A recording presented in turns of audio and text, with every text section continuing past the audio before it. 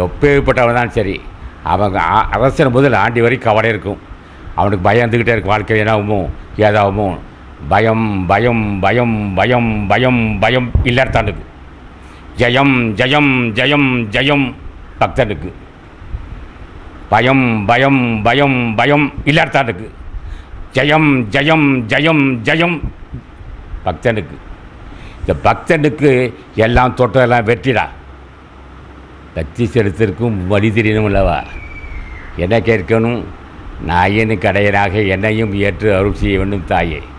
அகத்தீசா, ராமலிங்க சாமிகளே, பெரியோர்களே, புஜன மகரிஷி, அக்கரூர் தேவா, நீங்கள்லாம் பெரியவங்க ஐயா, இந்த பாவிக்கு கருணை காட்டுன்னு கேட்டால், அடே இப்படி ஒரு வேண்டுகோள். நான் பாவி தான்ப்பா.